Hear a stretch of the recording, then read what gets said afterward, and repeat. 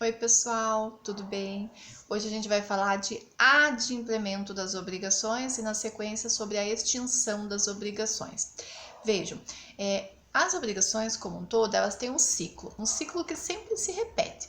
Elas nascem por decorrência da lei ou por vontade das partes, porque foi firmado um contrato que as previu.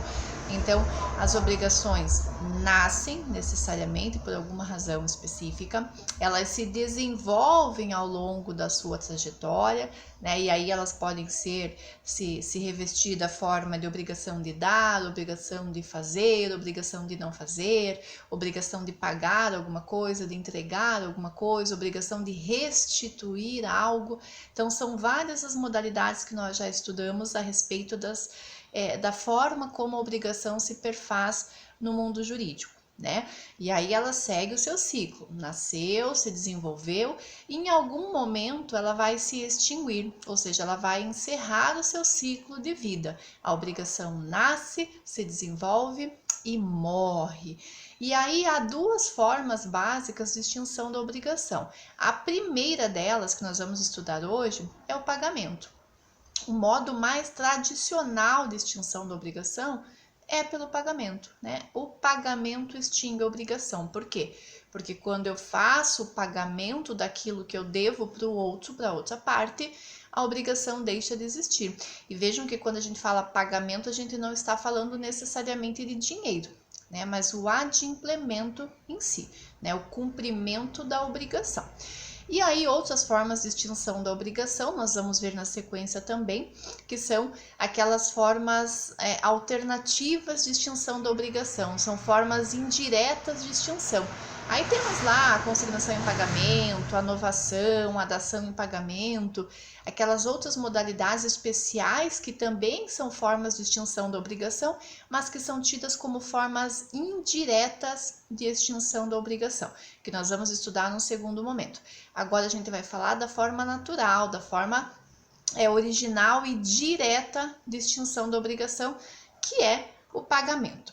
E aí, nós temos o seguinte, quando a gente fala de pagamento, né, nós temos alguns princípios que se aplicam ao pagamento, né? Então, eu estou falando de pagamento, a primeira coisa que eu tenho que presumir é boa-fé, né? E a segunda coisa que eu tenho que presumir é pontualidade. As obrigações devem ser pagas de boa-fé, devem ser regidas de toda forma pela boa-fé, e o pagamento, mais que isso, né?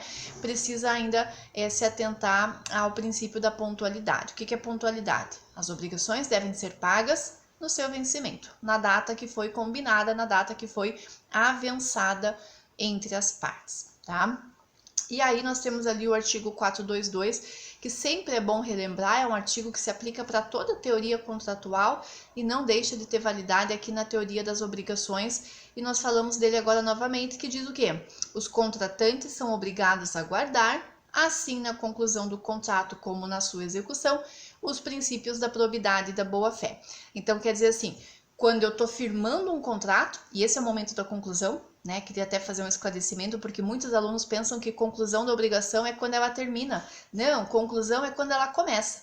Né? Eu estou concluindo aqui uma obrigação, estou pactuando uma obrigação, e aí ela vai se desenvolver e vai até o seu termo final. Tá? Mas a conclusão, o termo conclusão que o legislador utilizou ali no 422 é o início do contrato. Tá? É o começo da obrigação.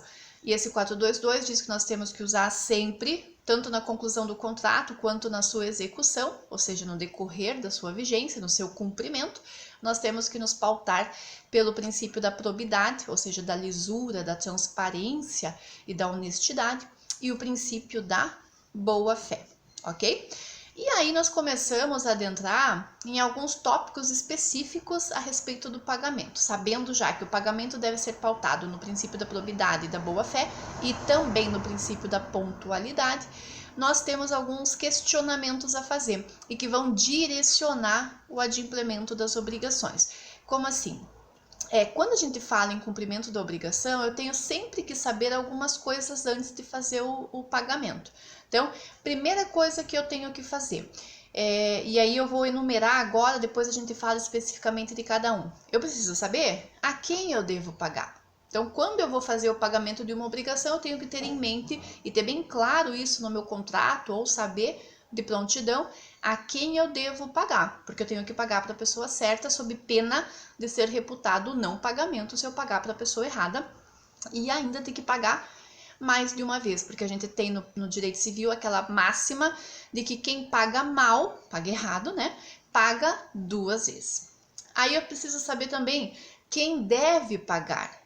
Eu sou a parte legítima para fazer o pagamento?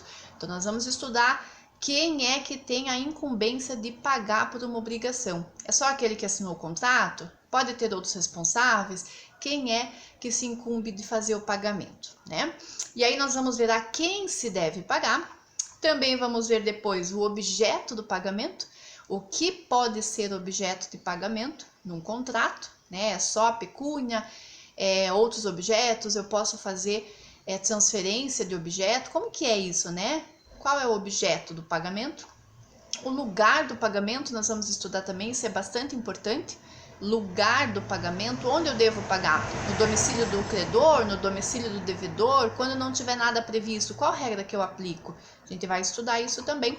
O tempo do pagamento, né? Nós vamos ver ali quando que eu devo fazer o pagamento, é só no termo final, eu posso fazer antes, quando não tem nada previsto, quando que eu reputo vencida a obrigação e aí nascendo a minha obrigação de pagar.